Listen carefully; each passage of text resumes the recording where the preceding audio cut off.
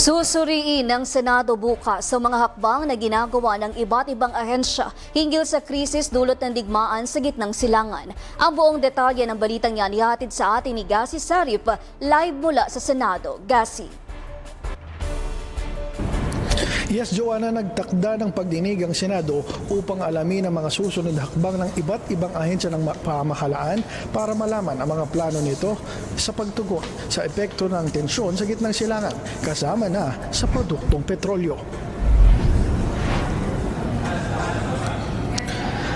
Ayon kay Senator Sherwin Gatchalian, bukas ng umaga gaganapin ang pagdinig ng Senate Committee on Proactive Response and Oversight for Timely and Effective Crisis Strategy.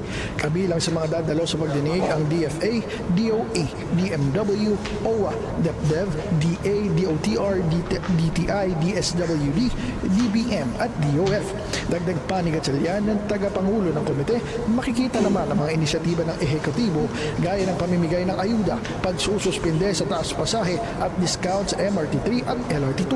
Sa kabila nito, anya marapat pa ring busisiin kung sapat ang mga hakbang ng gobyerno at kung handa sa mga worst case scenario lalo kung tatagal pa ang kaguluhan. Kasama sa mga tatalakayin sa pagdinig ay kung may pondo ba sa 2026 national budget at kung kinakailangang aprobahan ito ng Kamara. Mula rito sa Senado, ako si Gasi Sarip, DNTV News.